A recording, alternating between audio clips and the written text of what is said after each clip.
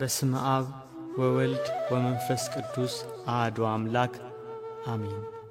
ከመረጥኳቸው ጋር ቃል ኪዳኔን አደረኩ። የማይሰለች ተጋዳይ የክብር ኮከብ የገዳም መብራት ስም አጠራሩ እርግናው የተመሰገነ ብፁዕ ቅዱስ ደግ አባት አቡነ ገብረ መንፈስ ቅዱስ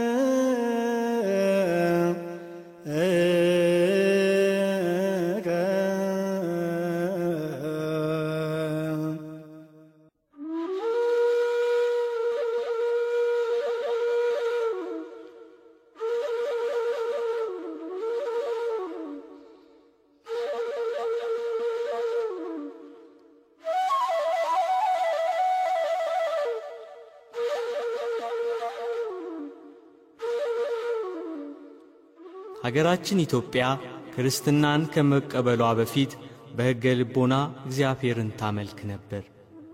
ከሕገ ልቦና በኋላ ሕገ ኦሪትን በኦሪት ሥርዓት መሠረት ትፈጽም ነበር።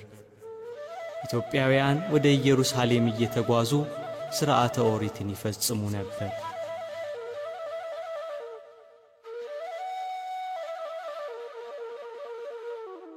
በ39 ዓመተ ምህረት በኦሪት እምነት መሠረት ለስግደት ወደ ኢየሩሳሌም የተጓዘው ኢትዮጵያዊው የንግሥት እንዳኬ ጃንደረባ ወይንም በጅሮንድ ኢየሩሳሌም ደርሶ ሲመለስ ጋዛ አካባቢ የጌታችን የኢየሱስ ክርስቶስ ሐዋርያ ፊልጶስ አስተምሮ አጠመቀው።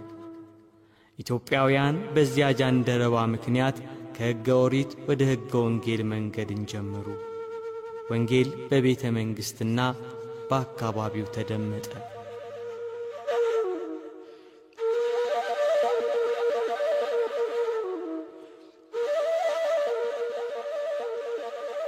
በአራተኛው ክፍለ ዘመን አባ ሰላማ ከሳቴ ብርሃን ወይንም ቅዱስ ፍርሚናጦስ ጵጵስናን ከእስክንድሪያ ከቅዱስ አትናቴዎስ ተቀብሎ ሲመለስ ክርስትና በይፋ የመንግሥት ሃይማኖት ሆነ።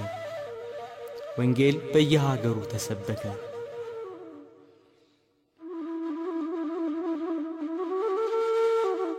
በኦሪት ሥርዓት በነቢያት የተተነበየውን ትንቢት የተመሰለውን ምሳሌ ሲናፍቁ የነበሩ ኢትዮጵያውያን በወንጌል የኢየሱስ ክርስቶስ መሰበክ እውን መሆኑን አምነው ከሕገ ኦሪት ወደ ሕገ ወንጌል ተሻገሩ። በኦሪት ጥላነት ሐዋርያትን መሠረት እያደረጉ ወንጌል ተሰበከ። ገዳማት ተገደሙ፣ አብያተ መቅደስ ታነጹ፣ ክርስትና ተሰበከ።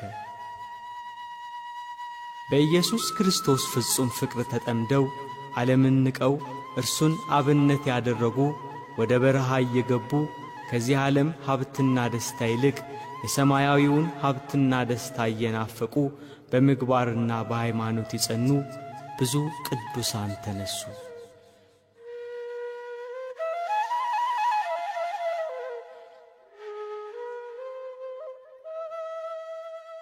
ሐዋርያት በዕጣ ተከፋፍለው ከሀገር ሀገር እየዞሩ ወንጌልን እንዳስተማሩ የሐዋርያትን ፈለግ የተከተሉ ቅዱሳን አባቶች ተራራ እየወጡ ቁልቁለቱን እየወረዱ በዱር በገደል እየተጓዙ ባህር ሐይቁን እየተሻገሩ ከሀገር ሀገር የምስራቹን ወንጌል የክርስትናን ሕይወት ሰበኩ። ኑሯቸውን በበረሃ አድርገው ድምፀ አራዊትን፣ ግርማ ሌሊትን፣ ጸባጋንንትን እየታገሱ የቅድስናን ሕይወት ለሌላው መብራት እንዲሆን ወንጌል በዓለም እንዲስፋፋ የክርስቶስን የማዳኑን ዜና ምሕረቱንና ቸርነቱን አዳረሱ።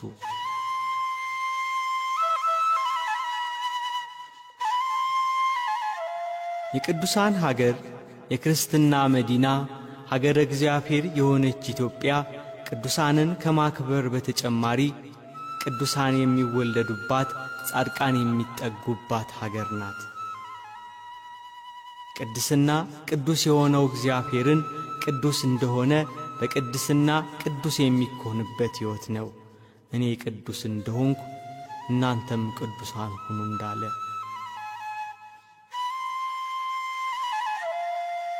ቅድስና የምታልፈውን ዓለም ንቆ የማያልፈውን ዘላለማዊ ሕይወት መናፈቅ ነው። ቅድስና ራስን ለእግዚአብሔር ነጥሎ ማውጣት መለየት ነው። ዓለም በሞቷ ከምትገዛው ከካራን መውጣት ወተትና ማር የምታፈልቀውን የእግዚአብሔርን መንግሥት ከነዓንን መናፈቅ ነው። ቅድስና ነገደ ብንያም ነው። እናቱ አቅሌስያ ትባላለች። ስምዖንና አቅሌስያ ለ30 ዓመታት ያህል መሃን ሆነው ልጅ ሳይኖራቸው ኖሩ። ዘወትር ወደ ቤተ ክርስቲያን እየገቡ የአብ የወልድ የመንፈስ ቅዱስ ስዕል ካለበት ፊት ለፊት እየቆሙ ጌታ ሆይ አንተን ደስ የሚያሰኝ ፈቃድህን የሚፈጽም ንጽሕናን የሚወድ ልጅ ስጠን ብለው ይጸልዩ ነበር። ከዕለታት በአንድ ቀን አቅሌስያ ይህንን ጸሎት በቤተ መቅደስ ቆማ ስትጸልይ ከስዕሉ እንዲህ የሚል ቃል ሰማች።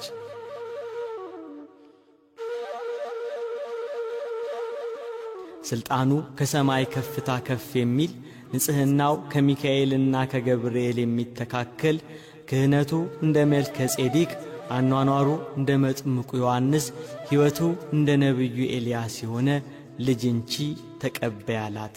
ከስዕሉ ላይ የወጣው ድምፅ የኤሳውና የያዕቆብ እናት ርብቃ በማኅፀኗ ስለነበረው ጽንስ እግዚአብሔርን ልትጠይቅ እንደሄደች አቅሌስያም እንደ ርብቃ ስለ ልጅ ማግኘት የእግዚአብሔርን ቃል ልትጠይቅ ብትሄድ እግዚአብሔር ክብሩ ከፍ ያለ ልጅ እንቺ ብሎ ሰጣት። መጋቢት 29 ቀን አቅሌስያ ጸነሰች። ታኅሳስ 29 ቀን በ8ኛው መቶ ክፍለ ዘመን ደም ግባቱ ያማረ ወንድ ልጅ ወለደች። መልአኩ ቅዱስ ገብርኤል በሰው አምሳል መጥቶ የዚህ ልጅ ስሙ ገብረ መንፈስ ቅዱስ ይባላል አላት። የመንፈስ ቅዱስ ድንቅ ሥራ ነውና።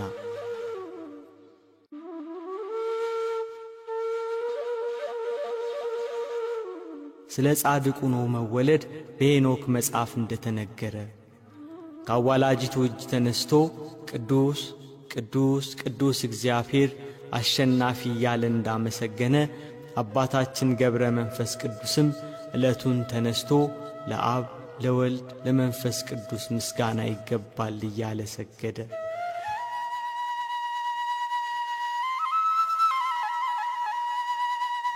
የእግዚአብሔር ቃል ወደ እኔ እንዲህ ሲል መጣ።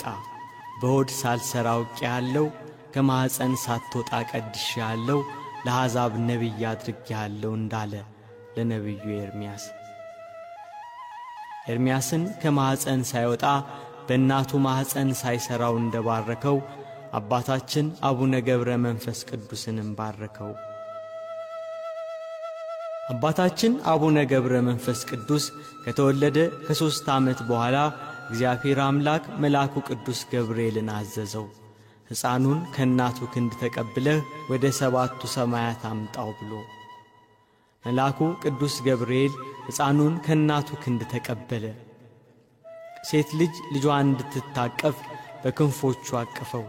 ወደ ሰማይ ከፍ አድርጎ ሕፃኑን ሲስመው በዚያ የነበሩ ሰዎች ተገረሙ። መልአኩ ቅዱስ ገብርኤል እስከ 7ቱ ሰማያት አወጣውና ወደ እግዚአብሔር መንግሥት አቀረበው።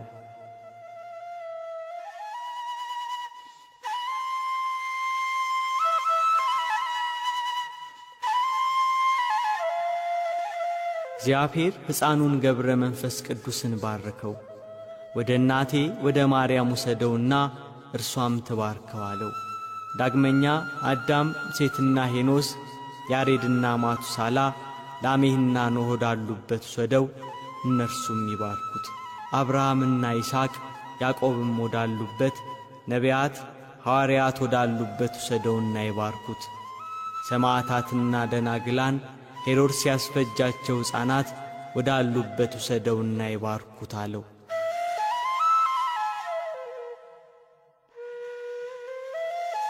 መልአኩ ቅዱስ ገብርኤል ሕፃኑን ወደ እመቤታችን ወሰደው። እናታችን ቅድስት ድንግል ማርያም ሕፃኑን ተቀብላ ሳመችውና ባረከችው። ዳግመኛም ወደ ቅዱሳኑ ሁሉ ወሰደውና ሰላም አሉት። እግዚአብሔር አምላክ መልአኩ ቅዱስ ገብርኤልን አዘዘው። ሕፃኑን ብዙ ገዳማውያን ወዳሉበት ገዳም ውሰደውና ከበራፋቸው አስቀምጠው። ለዚያ ገዳምም አበምኔት ሕፃኑን ከበረህ አንስተህ ከአንተ ዘንድ አኑረው፣ ስለ ልብስና ምግቡ አታስብ፣ ሕፃኑ የመንፈስ ቅዱስ ማደሪያ ነውና ብለህ ንገረው አለው።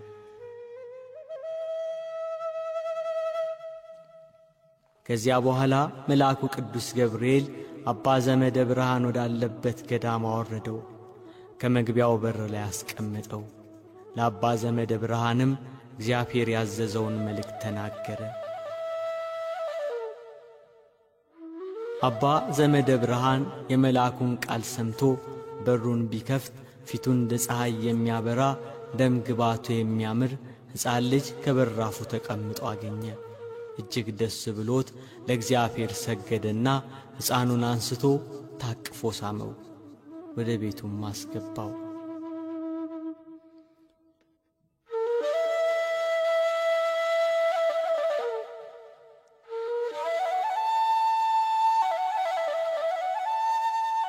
አባ ዘመደ ብርሃን ሕፃኑን ገብረ መንፈስ ቅዱስን በፍቅርና በሥርዓት አሳደገው። መዝሙረ ዳዊትንና የቤተ ክርስቲያንን መጻሕፍት አስተማረው። ለማዕረገ ዲቁና ሲደርስ ስሙ አብርሃም ወደሚባል ጳጳስ ወሰደው። ጳጳሱ አብርሃም ባረከውና ማዕረገ ዲቁና ሾመው። እንደ ቀዳሜ ሰማዕት ቅዱስ እስጢፋኖስ አባታችን ገብረ መንፈስ ቅዱስ ጸጋና ሞገስ የተሞላ ሆነ።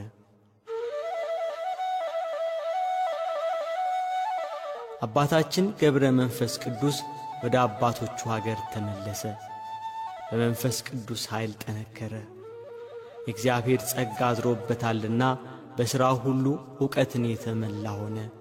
ፍጹም ሰው ሆነ። የእግዚአብሔርን ሕግ ሁሉ ፈጸመ።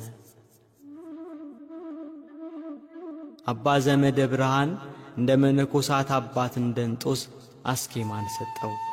ወገቡን በሰቅናና በቅናት ታጠቀ። ያንደበቱን ቅልጥፍና የነገሩን ማማር የተመለከተ አባ ዘመደ ብርሃን ስውር ጸጋ እንዳደረበት አስተዋለ።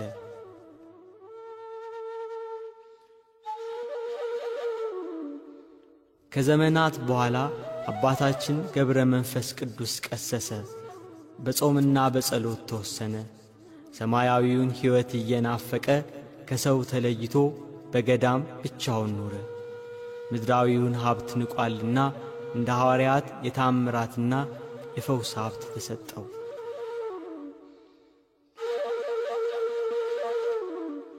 አባታችን ገብረ መንፈስ ቅዱስ በግብፅ በገዳመ ኒስ መነኮሰ። በጫካ በገዳም በበረሃ ከሰው ተለይቶ በጾም በጸሎት ተወስኖ ኖረ። በበጋው ሐሩር በክረምቱ ቁር እየተሰቃየ ኖረ። በሰውነቱ ላይ ልብስን አልለበሰም፣ ራቁቱን ነበር። ራቁቱን በባህር ላይ ቆሞ ይጸልይ ነበር። ወገቡን በማቅ በሰንሰለት ታጥቆ ነበር። በዚያ ጫካ ከቅዝቃዜው የተነሳ ሰውነቱ አልቆ አጥንቱ ደርቆ ነበር።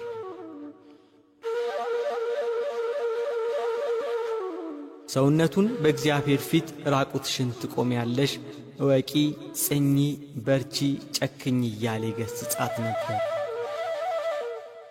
በጾም በጸሎትና በስግደት በብዙ ትጋት ቀንም ሌሊትም ጽሙድ ሆኖ ያለ ረፍት ብዙ ጸሎትን ይጸልይ፣ ስግደትንም ያበዛ ነበር።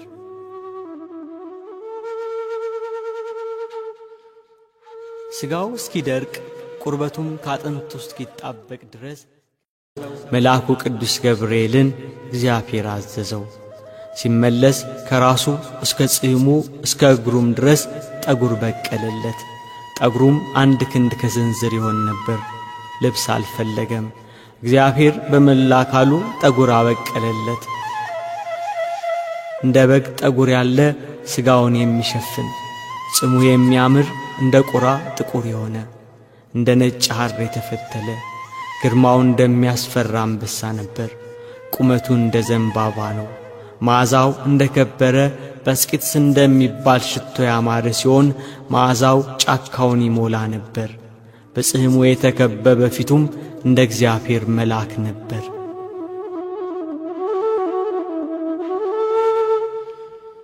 አባታችን ገብረ መንፈስ ቅዱስ ሰውነቱን ከቀን ወደ ቀን በልዩ ልዩ ገድል ይቀጣት ነበር። ነምሮቹና ናብስቱ ራሳቸውን ዝቅ አድርገው ተገዙለት፣ ከእርሱ ጋር ተስማምተው ኖሩ። ሁሉም ብፁዕ አባታችንን ሊጎዱት አልቻሉም። በእግዚአብሔር ኃይል ያናብስቱን አፍ እንደዘጋ እንደ ነቢዩ ዳንኤል ሆነ።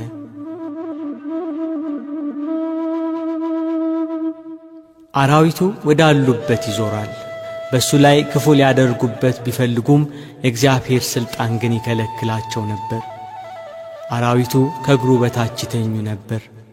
አባታችን አቡነ ገብረ መንፈስ ቅዱስ በሚሄድበትም ጊዜ ይለማመጡታል። ለጌታው እንደሚታዘዝ አገልጋይ፣ ለመምህሩ እንደሚተጋ ደቀ መዝሙር እግሮቹን ይልሳሉ፣ የረገጠውን አፈር ይመገባሉ። ለጸሎት ሲቆም አራዊቱም አብረው ይቆማሉ። ሲመጣ ሲያዩት ሮጠው ሄደው ተንበርክከው ይቀበሉታል። አባታችን ገብረ መንፈስ ቅዱስ እናቱም አባቱም የሥጋ ዘመዶቹም አላወቁትም። በመዓልትና በሌሊት ያለ ረፍት ለእግዚአብሔር ምስጋናን ያቀርባል። እንደ መላእክት በአክናፈ ነፋስ ይፋጠናል፣ እንደ መላእክት በሰረገላ ነፋስ ይሄዳል። አባታችን ገብረ መንፈስ ቅዱስ በንጽሕናና በቅድስና ያለማቋረጥ በማመስገኑ እግዚአብሔር ከፍ አደረገውና ኑሮውን ከመላእክት ጋር አደረገለት። አባታችን ገብረ መንፈስ ቅዱስ በመዓልትና በሌሊት አያንቀላፋም ነበር። ቅዱስ ዳዊት ለዓይኖቼ እንቅልፍ ለቅንድቦቼ ሽልብታን አልሰጣቸውም ያለውን አስቦ ቀን ከሌሊት በጾምና በጸሎት ተወሰነ። ሳርም ሆነ ቅጠልም አልለበሰም። ለሥጋው ምንም ምክንያት አላቀረበም። ራቁቱን ኖረ፣ ኀፍረትንም ናቃት። ክርስቶስን ይከተለው ዘንድ መስቀሉን ተሸከመ። አባታችን ገብረ መንፈስ ቅዱስ እግዚአብሔርን መፍራት በሃይማኖት ገንዘብ አደረገ። ከዓለም ተድላ ደስታ ተለየ። የሐዋርያትን ድህነት አሰበ። በከረጢታቸው ገንዘብ ያልቋጠሩትን፣ ለመንገድ ስንቅ ያላሰናዱትን፣ ለዓለም ያልጎመጁትን እነርሱን መሰለ። በፍቅራቸው ጸና፣ ፍለጋቸውን ተከተለ። ሥራቸውን ጠበቀ፣ ሀገራቸውን ናፈቀ። በእውነተኛ ሃይማኖት እንደነርሱ ሊያርፍ ወደደ።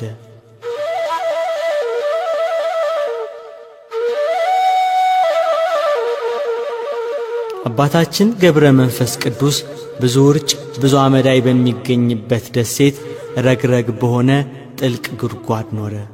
በዚያም ዘወትር ወደ እግዚአብሔር ይጸልይ ነበር እንዲህ እያለ፣ አቤቱ ለምንሃለው፣ ተስፋ ካደረግኩት ነገር አታሳፍረኝ። ከማኅፀን ጀምሮ በአንተ ተጣልኩ። ከእናቴ ማኅፀን አንተ አምላኬ ነህ። በማኅፀንም አንተ ጠበቅከኝ። ስም አጠራሪ አንተ ነህ። መላእክተኛህን ላክ፣ ከእናት ከአባቴም ቤት አወጣኸኝ። በጫካ በበረሃ በገዳም አኖርከኝ። አቤቱ የሚገለጥ ምሕረትህን ፈጥነህ አድርግልኝ። ይህም እንደ ሥራዬ ሳይሆን እንደ ቸርነት ነው እንጂ አቤቱ ጌታ ሆይ ለእኔ ፊትህን አሳየኝ። መራራ ለቅሶን እያለቀሰ ደረቱን እየመታ ዘወትር መላልሶ ጸለየ። ከጠዋት እስከ ማታ ያለ ረፍት ይሰግዳል። ወዙ እንደ ውሃ በስቶ ይፈስ ነበር። ቀንም ሌሊትም ያለ ማቋረጥ ምድርን ያርስ ነበር። እንደ መላእክት ይዘምር ነበር። ጸሎቱን ሲጨርስ መላእክት እንደ ልማዳቸው መጥተው አጽናኑት። ያን ጊዜ ሰማይ ተከፈተ፣ የእሳት ድንኳን ተገለጠ።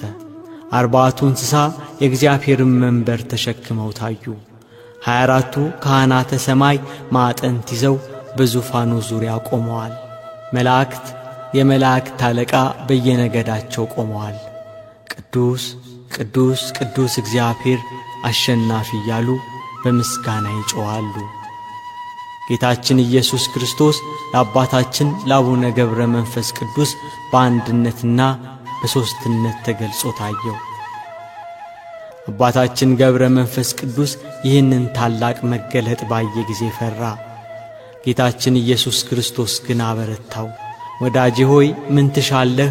እነሆ በለመንከኝ ጊዜ ተገለጥኩልህ አለው። አባታችን ገብረ መንፈስ ቅዱስ አቤቱ ጌታ ሆይ እንደ ክረምት ውሃ እንባቸውን እያፈሰሱ ጥርሳቸውን እያፋጩ በደይን የሚኖሩትን አስባቸው፣ ሰይጣን አስቷቸዋልና በማወቅ ባለማወቅ በሰሩትም ማራቸው፣ ይቅር በላቸው እያለ ለመነ። ጌታችን ኢየሱስ ክርስቶስ ወዳጄ ሆይ ስምህን የጠሩትን መታሰቢያህን ያደረጉትን ኃጣንን ምሬልሃለሁ፣ ተነስተህ ኢትዮጵያ ወደምትባል ሀገር ሂድ፣ በዚያም ከደይን የምታወጣቸው ነፍሳት አሉ ብሎ ቃል ኪዳን ገባለት። አባታችን ገብረ መንፈስ ቅዱስ በነፋስ ሰረገላ ሆኖ መልአኩ ቅዱስ ገብርኤል እየመራው ወደ ኢትዮጵያ መጣ። እጆቿን ወደ እግዚአብሔር ትዘረጋለች ተብሎ ትንቢት ወደ ተነገረላት ወደ ቅድስት አገር ወደ ኢትዮጵያ መጣ።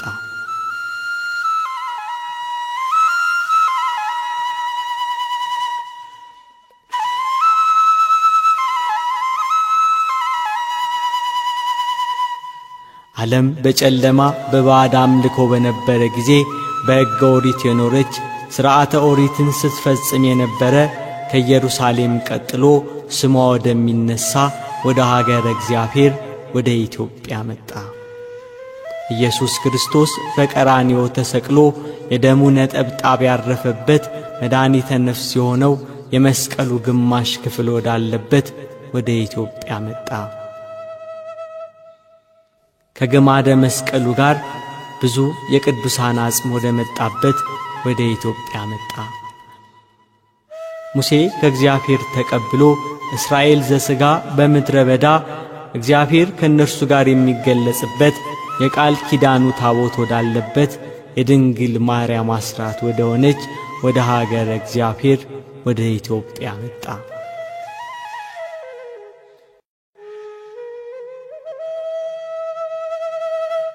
በግብጽ በኩል አድርጎ አክሱም ጽዮን ደረሰ። አክሱም የቅዱሳን ነገሥታት ሀገር፣ የቃል ኪዳኑ ማረፊያ ምድር።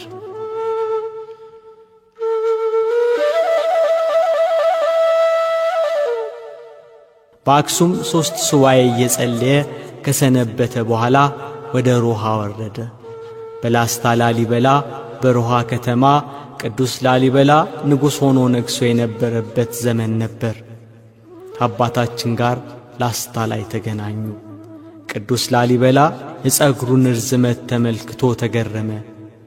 የሚጸልይበትና የሚያድርበት የእንግዳ ቤት ሰጥቶት ጥቂት ቀን ከእርሱ ጋር ሰነበተ።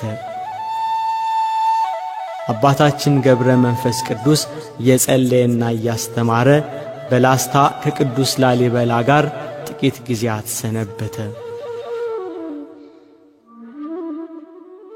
ከቀናት በኋላ ገብረ መንፈስ ቅዱስ ላሊበላን ተሰናብቶ እግዚአብሔር ሂድ ወዳለው ወደ ዝቋላ ለመሄድ ተነሳ።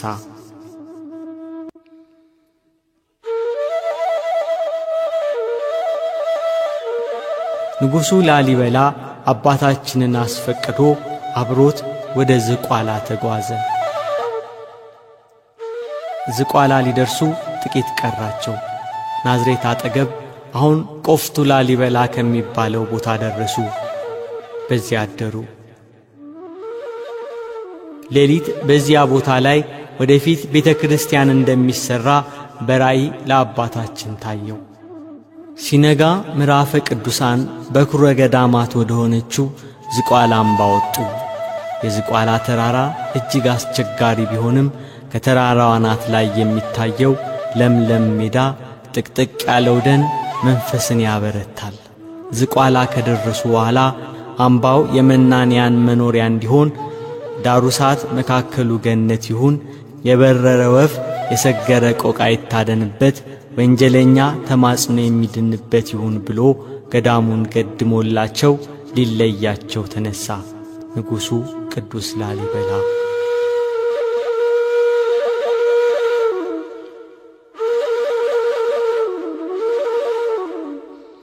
አባታችን ገብረ መንፈስ ቅዱስ ላሊበላን ሲያሰናብት ስትመለስ በመንገድ ላይ ሮሃ እንደሰራኸው የቋጥኝ ፍልፍል አብያተ ክርስቲያንን ሰርተህ ስሟን አዳዲ ማርያም ብለህ ሰይማት፣ ታቦተ ማርያምን አስገብተህ ወደ ሮሃ ወደ ቤተ መንግሥትህ ተመለስ፣ ጊዜ ሞትህ ቀርቧል ብሎ ቡራኬ ሰጥቶ አሰናበተው።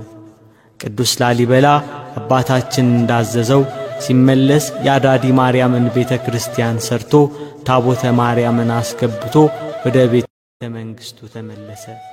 ብዙም ሳይቆይ ንጉሥ ቅዱስ ላሊበላ አረፈና በቤተ ጎለጎታ ተቀበረ።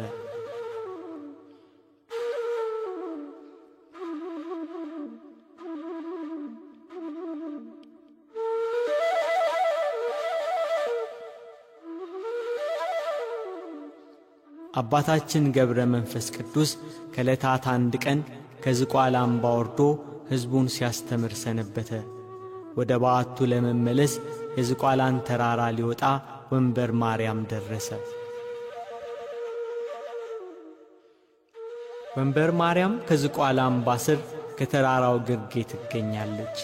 ወንበር ማርያም ጋር ከዛፉ ስር 3 አረጋውያን ሰዎች ተቀምጠው አየ።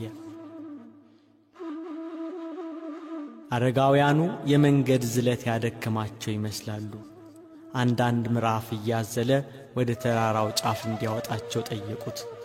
አባታችን ገብረ መንፈስ ቅዱስ በተራ አንደኛውን በጀርባው አዝሎ ጥቂት እንደተጓዘ አንተ የማትበላ የማትጠጣ ሰው ሆይ ደክሞሃልና ከዚያ አስቀምጠኝ አለው። ከዚያ አሳርፎት የቀሩትን 2ቱን በየተራ መጣቸው። የሰውነታቸው መዓዛ ልብን ይሰልባል። የመልካቸው ደም ግባት ተመሳሳይነት አይገኝለትም ነበር። በዚህ የተገረመ አባታችን ከወዴት መጣችሁ ብሎ ጠየቃቸው። ደም ግባታቸው የመዓዛቸው ሽታ አካባቢውን አውዶታልና። በሦስትነትና በአንድነት ታዩት። አሁን ሥላሴ እንደተገለጹለት ገባው።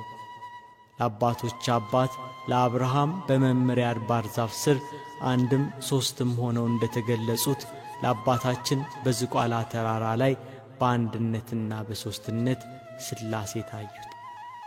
ወደ ሰማይ አወጡት፣ 7ቱ ሰማያት አደረሱት።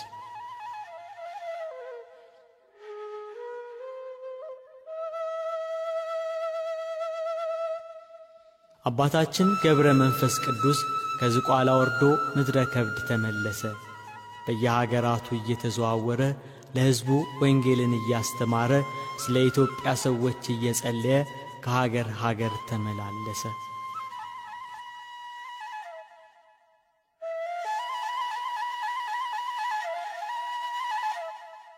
አባታችን ገብረ መንፈስ ቅዱስ 300 ዓመት ሆኖት ነበር።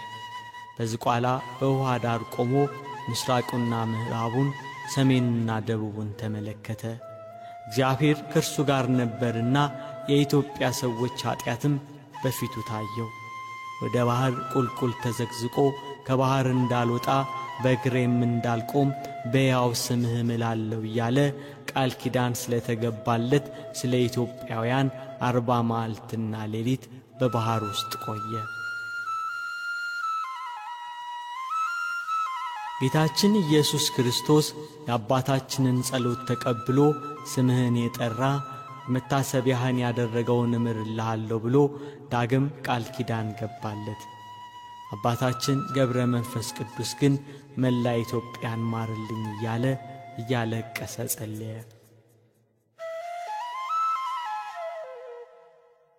በዚያ ባህር ውስጥ 100 ዓመት ኖረ። ሥጋው አለቀ፣ ደሙም በባህር ውስጥ ፈሰሰ፣ ውሃውም ደም መሰለ። አጥንቶቹ እንደ በረዶ ሆነው ታዩ። አጋንንት በየቀኑ እየመጡ በፍላጻዎቻቸው ይወጉት ነበር። የአባታችንን ጽናት ያየ አምላካችን እግዚአብሔር ወደ ዝቋላ መጥቶ ከባህሩ ዳር ቆመ። ገብረ መንፈስ ቅዱስ ብሎ ተጣራ። ና ከባህሩ ውጣ፣ ኢትዮጵያን ምሬልሃለሁ አለው።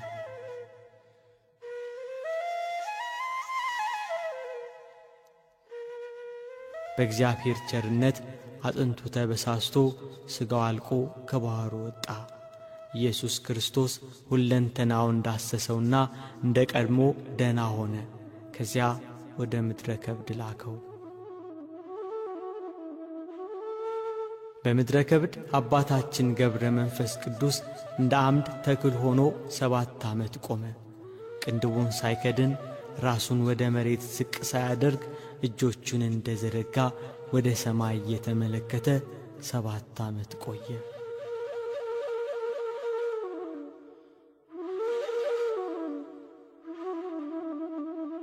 ሰይጣን የአባታችንን ጽናት ሲመለከት በቅናት ተነስቶ በቁራ ተመስሎ ዓይኖቹን አነቆረና ሳወረው። እርሱ ግን ምንም ሳያጓድል እስከ 2 ሳምንት ድረስ በትጋት ወደ ሰማይ እንዳቀና ሲጸልይ ቆየ። እመቤታችን ቅድስት ድንግል ማርያም ሐምሌ 5 ቀን የብርሃን ዓይን አምጥታ ተከለችለት።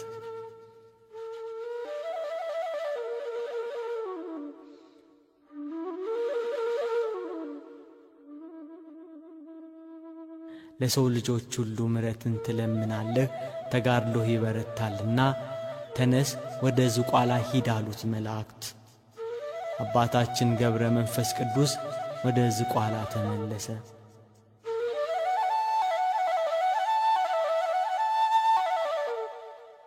ነቢያትና ሐዋርያት ወገናችን እያሉት መላእክት በክንፎቻቸው አቅፈው እመቤታችን ቅድስት ድንግል ማርያም ወዳጄ እያለችው በመብረቅ ላይ ሆኖ ወደ ዝቋላ ሄደ። ዝቋላ ላይ የአባታችንን ጽድቅ በጎ ሥራውን የሚያደናቅፍበት የአጋንንት ሰራዊት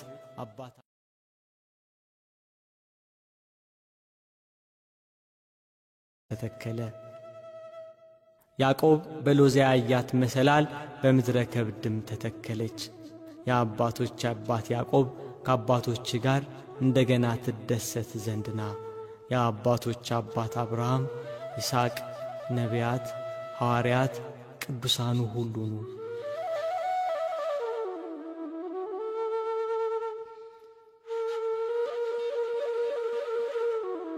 መሰላሉ የአባታችን የአቡነ ገብረ መንፈስ ቅዱስ የሰውነቱ ንጽሕና ነው።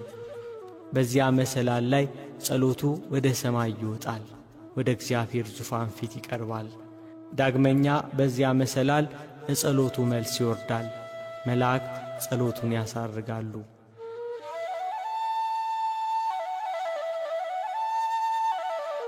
አባታችን እጁን ዘርግቶ ለጸሎት በቆመ ጊዜ የሰማይ በር ይከፈታል፣ መንበረ ጸባዖት ድረስ ያያል። ርዕሰ አበው ነውና አባታችን ገብረ መንፈስ ቅዱስ በተራራና በዋሻ የሚገኙትን መነኮሳትን እየሄደ ይጎበኛቸዋል። አመጣጡ እንደ ነፋስ፣ አካሄዱም እንደ መላእክት ነው።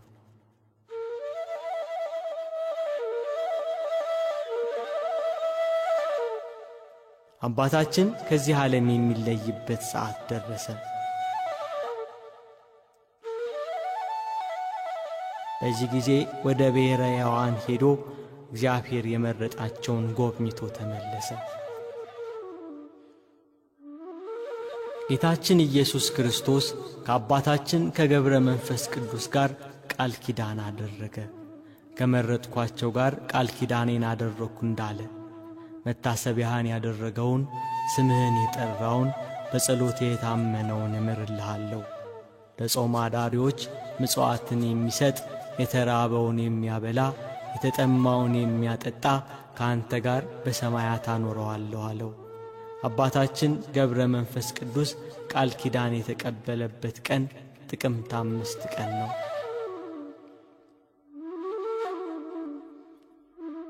አባታችን ገብረ መንፈስ ቅዱስ ከዚህ ከሚያልፈው ዓለም ወደማያልፈው ዓለም የሚለይበት ቀን በደረሰ ጊዜ በ1415 ዓመተ ምህረት መጋቢት 3 ቀን አርብ ታመመ።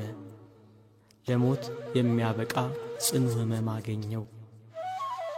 በቀዳሚ ሰንበት እያላበው በሕመም እንደተያዘ በጻማ በድካም እንደ ልማድም ለፍጥረት ሁሉ ወደ አምላኩ እየማለደ እየጸለየ ዋለ።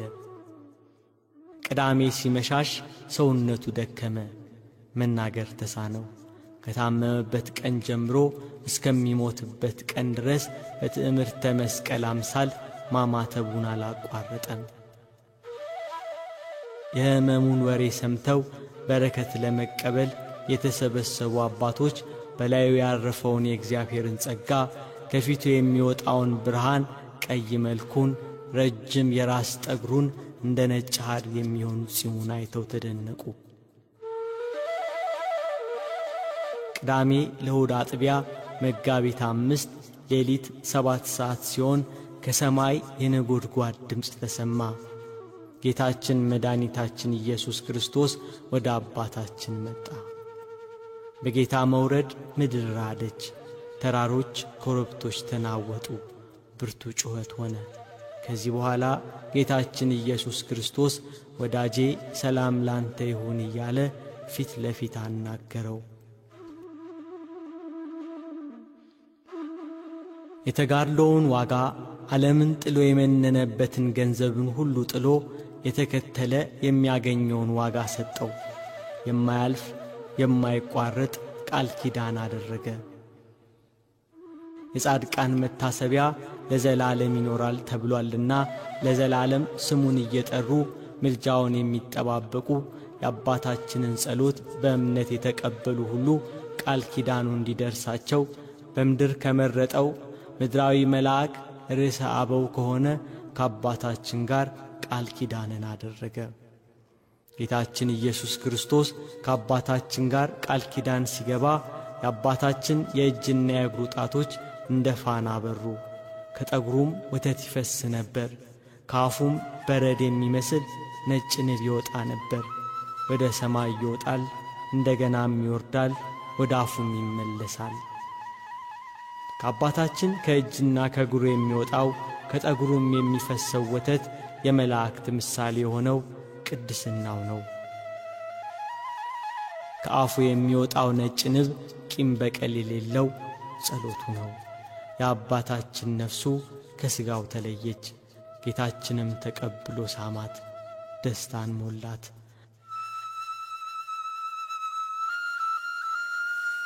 ሥጋውን መላእክት ገነዙት። ሥርዓቱ ሁሉ ከተፈጸመ በኋላ መላእክት ሊቀብሩ ወሰዱት፣ በኢየሩሳሌም ቀበሩት።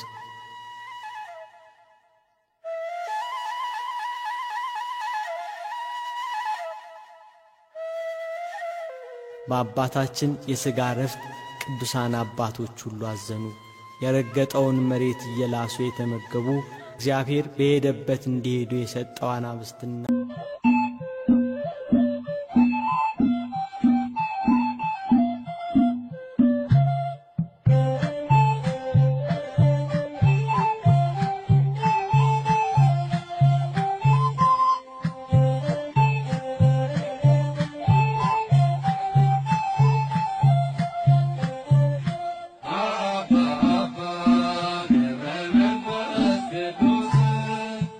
Abba,